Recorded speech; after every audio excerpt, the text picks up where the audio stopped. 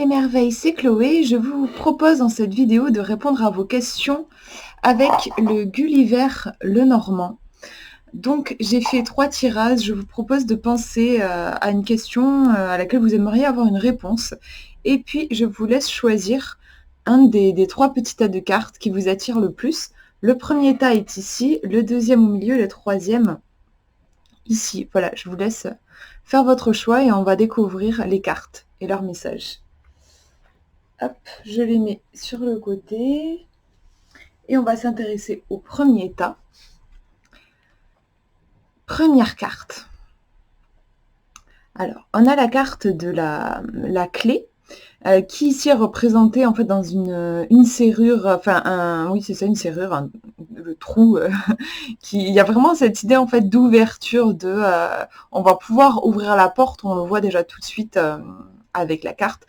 C'est une carte qui est extrêmement positive, donc c'est cool déjà, c'est une bonne première carte. On va regarder, alors ouais, je vais vous lire le petit livre. C'est une carte en fait qui nous dit que on a absolument tout, on a la clé dans notre poche en fait pour ouvrir la porte qu'on désire ouvrir. Alors, on nous dit, dans ta paume ouverte se trouve une petite clé. Elle ouvre toutes les portes que tu dresseras sur ta route. Et si parfois tu te sens envahi par l'ombre du doute, rappelle-toi, tu demeures la serrure sacrée de tous tes succès. J'aime bien parce que dans la façon dont c'est écrit, il y a l'idée en fait que c'est nous qui mettons nos propres portes sur notre chemin. Donc quelque part, oui, c'est sûr que si c'est nous qui créons les portes, on a aussi les clés pour ouvrir ces mêmes portes. Mots-clés, ouvrir, solution, ajustement, succès, sécurité, âme sœur, personne, ressources, fermeture, ouverture, résoudre. On va regarder la deuxième carte pour avoir un petit peu plus d'informations, voir comment ça se précise. Hop, je l'ai mise à l'envers. On a la carte du soleil, c'est vraiment un super tirage. Si vous êtes tombé sur celui-ci, le message est extrêmement positif. Le soleil, on a quelque chose de très optimiste. Ça va venir éclairer notre chemin, apporter de la clarté. La clé vient ouvrir la porte, nous apporte des réponses, des solutions, et le soleil vient éclairer le chemin. On vous dit vraiment qu'il y a absolument tout, en tout cas par rapport à votre question, tout est aligné pour le succès, clairement. On va regarder la numéro 31. Au zénith de ce monde flamboie l'astre généreux. Tu le portes au plexus, distribuant ta lumière, cette couronne d'optimisme fait bien des envieux. Mais tel Lucifer, tu porteras plus haut ton auréole solaire. Mots-clés, chaleur, charisme, lumière, clarté, oui, optimisme, réalisation, succès, on retrouve le mot succès qu'il y avait aussi pour la porte, clarté spirituelle. Vraiment, super tirage, parce que dans le Lenormand, on a vraiment pas mal de cartes qui sont difficiles. Et là, il n'y en a absolument aucune qui est sortie dans ce tirage. Donc, si vous vous avez posé cette question, c'est sûrement que, bon, pour le moment, vous rencontrez des difficultés. Mais apparemment, d'après les cartes, il y a vraiment, les choses sont dégagées. Peut-être qu'il y a une notion de timing, en fait, que pour le moment, les choses vous paraissent bloquées, mais qu'en fait, elles vont se débloquer avec le temps. Ou peut-être que vous vous mettez, en fait, tout simplement, vous-même des bâtons dans les roues. Ça arrive très, très souvent, en fait. Donc peut-être que le conseil, ça pourrait être de vous ouvrir. On va regarder, c'est pour ça en fait que j'ai tiré une troisième carte. On va l'utiliser plus là dans un cadre de développement personnel, c'est-à-dire voir quelle est l'attitude que vous pouvez adopter justement pour mettre toutes les chances de votre côté. On a la carte du trèfle qui apparaît, donc oui, c'est vrai que c'est un tirage où il y a énormément de chance, on le ressent, je trouve, avec aussi la clé et le soleil. Là, c'est le conseil, c'est le trèfle. Je trouve qu'il y a un côté, en fait, faire des petits pas, c'est quand même petit, un trèfle, ne pas négliger la puissance des petits pas, et puis, bon, voilà, c'est un symbole de chance, donc on vous dit d'être vraiment dans une attitude de oui, de gratitude, de vous ouvrir à ce qui est et de ne pas, voilà, si on vous fait une proposition, par exemple, de faire attention de ne pas vous fermer. On peut avoir des fois cette tendance, je sais pas, par habitude pour se protéger, où on va avoir tendance à refuser les choses parce que voilà, on est un peu inquiet, on n'a pas l'habitude, ça nous fait sortir de notre zone de confort. Ici, avec le trèfle, on vous dit de saisir votre chance, donc vraiment, si vous avez, on vous offre des opportunités. Donc si votre question concerne le professionnel, ça peut être sur ce plan-là.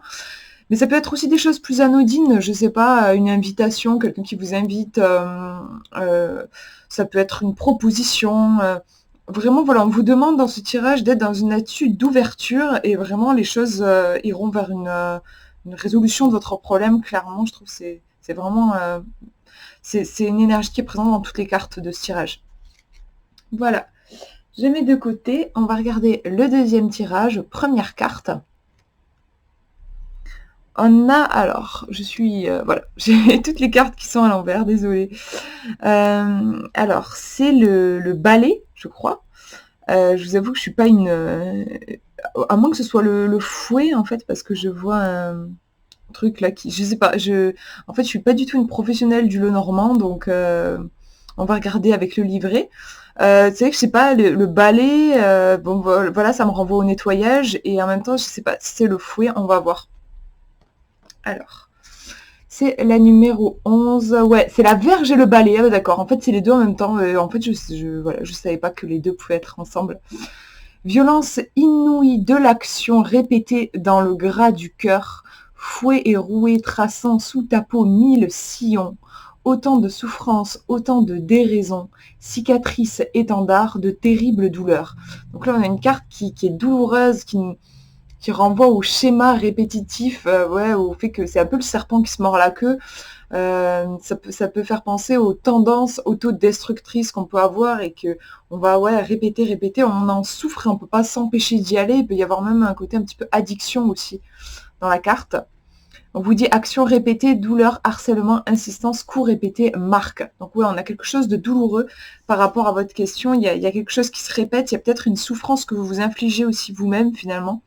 On va regarder la deuxième carte pour avoir un petit peu plus d'informations. Et on a la carte de l'enfant. Donc l'enfant, oui, ça renvoie tout de suite, je trouve, à l'enfant intérieur. On a peut-être une blessure liée à l'enfance. Ça me fait penser à ça. Il y a un côté assez psychologique, en fait, avec la première carte qui nous parle de coups répétés, en fait, et puis l'enfant qui arrive derrière. Il y a peut-être quelque chose, oui, par rapport à notre enfant intérieur qui est blessé, qui revit toujours les mêmes blessures. On a quelque chose, je pense, qui est assez lié au passé. On a quelque chose qu'on n'arrive pas à dépasser. Il y a une blessure psychologique, je pense, par rapport à votre question. On va regarder, c'est la numéro 13. Au seuil de la grande aventure, l'innocence en bandoulière, l'enthousiasme dessine 2 fossettes sur tes jours. Méfie-toi des histoires où les vieilles sorcières pourraient bien te jouer quelques vilains tours. Mots-clés, on a l'innocence, la naïveté, la joie sans fondement, le jeu, l'enthousiasme. Histoire, impressionnable, début d'une quête ou d'une aventure. C'est vrai qu'en soi, après, c'est une carte qui est très positive, hein, l'enfant. On a ce côté innocent aussi. On peut aussi voir, lire le tirage en se disant, voilà, il y a peut-être une blessure, un truc répétitif, et peut-être que pour s'en sortir, il s'agit de faire appel à notre enfant intérieur et de recontacter plus notre innocence, notre spontanéité qui va nous aider justement à sortir de cette espèce d'engrenage où on parcourt toujours le même chemin.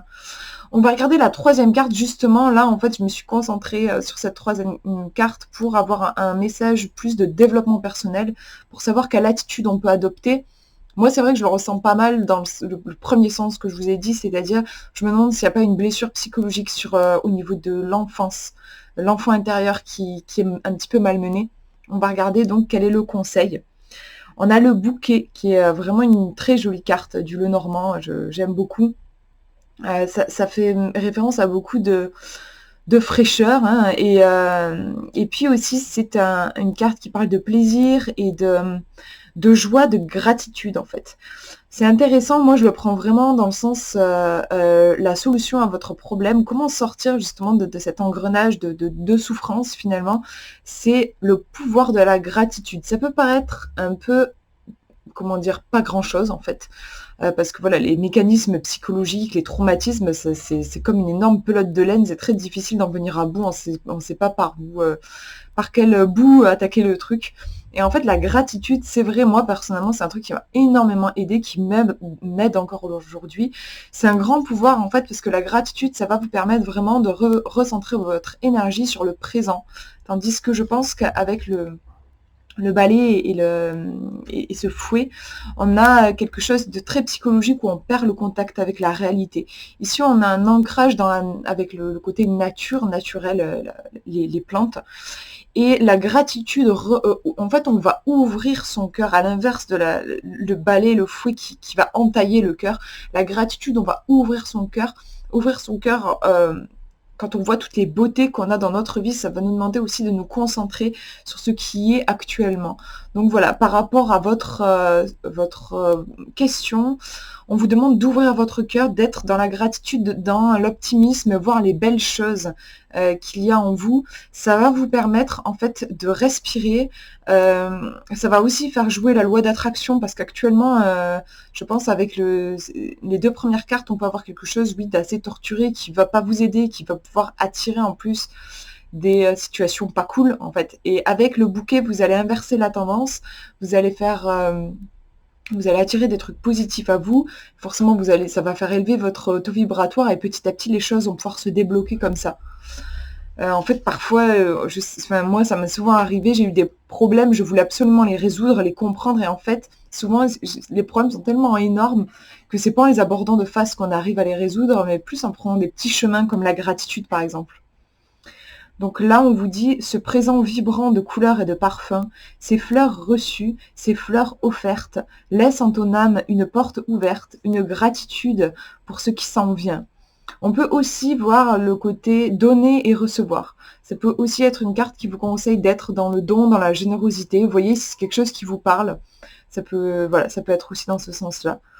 On vous dit en mots-clés, cadeau, joie, plaisir instantané, donner et recevoir, vous voyez, ouverture, gratitude, bienveillance, couleur, art. C'est aussi une carte qui peut vous conseiller de vous exprimer, d'avoir une activité artistique qui va aussi peut-être, ça peut faire en fait référence à de l'art-thérapie aussi, pour la guérison de l'enfant intérieur, où voilà, vous allez, à travers l'art, pouvoir exprimer des choses et recontacter aussi quelque chose de coloré qui va vous faire du bien. Voilà, pour ce tirage, je le mets de côté et je vous montre le dernier, le numéro 3. Alors, première carte. Alors, je crois que c'est le lys. Donc, on a une très très jolie carte, c'est une de mes préférées dans le jeu. Donc, cette fleur blanche qui évoque beaucoup de pureté. On va regarder le livret, je vais vous en dire du coup un petit peu plus. Alors... Au centre de ta vie fleurit, dans le noir, un lys glorieux. Sa pureté n'a d'égal que l'ardeur des ronces qui l'encerclent. Ses graciles et délicats pétales traverseront les siècles. Fleur de bravoure, elle demeure pour toujours dans ton bien le plus précieux. En mots-clés, on a la pureté, la royauté, la sexualité apaisée, la maturité, la bienveillance, le courage, la loyauté, la protection et l'âme. Donc vous voyez... quels sont les mots qui vous parlent le plus, parce que finalement je trouve que c'est une carte qui couvre pas mal de trucs différents. Sexualité apaisée, c'est différent de voilà, bienveillance ou courage. Vous voyez, par exemple, aussi si votre question est d'ordre romantique, amoureuse, ça peut être une histoire de sexualité apaisée. Ou si au contraire c'est pour un projet, ça va peut-être plus être le côté courage, royauté, limite un peu leadership, s'affirmer dans toute sa magnificence en fait, hein, dans l'éclat de son âme, manifester ses propres valeurs. On a un côté aussi valeur qui est très fort dans le lys. On va regarder la deuxième carte. Alors, une carte que je trouve qu'elle est assez douloureuse et en même temps, moi, elle me parle beaucoup. D'ailleurs, je la tire souvent. C'est la carte de la croix. Pour moi, elle renvoie vraiment à l'idée de foi. Donc déjà, c'est vrai qu'on a le symbole de la croix qui fait penser quand même, il y a un côté assez religieux. Garder la foi et après on a une notion de sacrifice, de souffrance, voilà, parce que bon, la croix ça renvoie à Jésus, le sacrifice de Jésus sur la croix, on a quand même un côté souffrance et endurer quelque chose. C'est une carte qui nous parle en général du fait qu'on a l'impression de subir les événements. Ouais, ça peut aussi faire référence à un fardeau, enfin il y a quelque chose, oui, on a l'impression de subir un petit peu notre vie, il y a quelque chose de difficile. On va regarder la numéro 36, je vais vous lire ce qu'on nous dit. Tes épaules portent bien plus qu'un simple fardeau. Tu ploies sous la fatigue et les forces te quittent. Mets ton genou à terre, bientôt adoubé des corbeaux. Ton front embrasse la terre et ton âme prend la fuite. En mots-clés, on a fardeau, supplice, martyr et spiritualité. talisman, protection, souffrance, poids, épreuve à affronter, destin, fatalité. Faire une croix sur quelque chose, fatigue. Avec le lys, moi, je trouve qui apparaît en premier, ça me renvoie à une espèce de... J'ai pas le mot... un truc initiatique, en fait. Un truc... j'arrive pas à trouver le mot, mais il y a quelque chose, en fait, je pense, par rapport à votre question, que vous êtes en train de vivre, qui va vous faire grandir. Il y a comme un apprentissage, en fait, au niveau spirituel. Je trouve quelque chose de spirituel, en fait, entre le lys, la pureté du lys et la croix, qui renvoie, oui, à un supplice. Et en même temps, voilà, il y a cette notion de foi. Je pense que voilà, il y a quelque chose par rapport à votre question qui ne peut pas tellement être évité. Avec la croix, on a ce côté destin qui ne peut pas être évité et en même temps qui va être source ça va vous offrir une grande sagesse et ça va vous offrir un apprentissage qui va être précieux et que vous allez ensuite pouvoir peut-être soit le transmettre aux autres, soit vraiment ça va être un apprentissage qui va ensuite vous guider, vous offrir une guidance pour le reste de votre vie. On a quelque chose, je trouve, de super puissant. J'aurais bien aimé retrouver le mot, mais j'y arrive pas. En fait, vous voyez, ça me fait penser au dieu, un dieu viking qui s'est retrouvé la tête en bas, pendu à l'arbre de la connaissance, en fait, au bout de genre 9 jours, je crois, un truc comme ça, enfin, au bout d'un certain temps, il reçoit les runes, donc les fameuses runes de sagesse. On a ce côté, en fait, une épreuve initiatique, en fait, voilà, c'est ça. On a quelque chose qui doit être vécu, qui est, c'est clair, pas confortable et douloureux, mais qui, en fait, après, offre un réel cadeau sur le plan spirituel. En fait, c'est ça, le truc que je cherchais, c'est épreuve initiatique, en fait. Du coup, je vous montre la dernière carte. Alors la troisième carte, elle est particulière puisque je l'ai tirée dans un but de développement personnel. Donc on va voir quel est votre pouvoir dans cette situation. Et on a la carte de la croisée des chemins. Donc, vous voyez, on retrouve cette idée de... On est un petit peu bloqué. On se retrouve à la croisée des chemins. Donc à un moment, on va faire une pause pour regarder les panneaux, pour voir un petit peu où est-ce qu'on va. On ne peut plus continuer tout droit. Il va falloir faire un choix ici. Donc ouais, par rapport à votre question, on vous demande de choisir, d'oser choisir, parce que c'est vrai que parfois on peut un petit peu rester planté là, à se dire ouais mais si je faisais le mauvais choix, et ici au contraire, justement, on vous dit c'est hyper important de faire un choix. Choisissez un chemin et engagez-vous avec tout votre cœur et en accord avec vos valeurs. Après, bien sûr, si vous arpentez un chemin et puis que vous vous rendez compte qu'en fait vous vous sentez pas bien, que c'est pas votre truc et tout, mais rien n'empêche de choisir un autre chemin. Je trouve on a souvent cette idée-là. Moi, je l'avais beaucoup un temps dans ma vie que je stressais grave quand je devais faire des choix parce que j'avais l'impression que j'avais pas le droit à l'erreur en fait. Que si je me trompais, c'était foutu. Alors qu'en fait, heureusement, la vie, c'est pas comme ça, on teste des choses, et puis si ça fonctionne pas, on peut tout à fait rediriger. Mais en tout cas, c'est important d'oser faire ce premier pas pour se sortir d'une impasse. Je vais vous lire la numéro 22. On vous dit, parvenant à ce point invisible où se déplient dans l'espace tous les possibles multipliés par ton propre choix, tu t'affirmes promptement à ce sentiment de liberté fugace. Mais rappelle-toi que l'on se choisit d'abord et toujours soi. Donc c'est intéressant, voilà. On vous dit ce choix-là, il faut qu'il vienne de vous, en fait, plutôt que d'essayer de satisfaire, par exemple, votre entourage ou quoi. Là, c'est vraiment... l'important, c'est de vous centrer sur vous. On vous dit mots-clés, croisement, choix, libre arbitre, propositions multiples, décision à prendre, indécision, liberté, circulation, cheminement, marché. Je pense en fait avec ce tirage par rapport à votre question que vous avez peut-être besoin de faire une pause. Avec le lys et la croix, on a quand même ce côté, ça bouge pas trop quoi. Et faire une pause, prendre le temps vraiment de vous poser les bonnes questions, de vous demander vraiment où est-ce que vous trouvez par rapport à ce fameux problème et de vous engager dans une voie, la voie en fait de votre cœur et de persévérer vraiment dans cette voie, d'avancer. Après, comme je vous disais, bien sûr, si vous vous rendez compte que ça ne vous convient pas, bien sûr, vous vous changez, mais dans un temps, c'est important de vraiment assumer son choix et voilà, plutôt que moi je sais qu'il y a un temps aussi ça m'arrivait pas mal, je faisais un choix et à moindre difficulté où je tenais mon choix 2 jours et je retournais en arrière parce que j'avais trop peur. Donc la croisée des chemins, on vous demande vraiment de prendre une décision. Euh, Prenez le temps qu'il vous faudra, mais prenez-la et assumez-la, c'est hyper important en fait. Voilà pour ce tirage, j'espère que ça vous aura parlé. Je vais tourner une vidéo pour vous présenter plus en détail du coup ce fameux Le Normand de Gulliver, donc avec toutes les cartes et vous montrer un petit peu plus en détail le livret. Donc voilà, je vous mettrai le lien de la vidéo à la fin de celle-ci. Voilà, je vous fais de gros bisous, prenez bien soin de vous.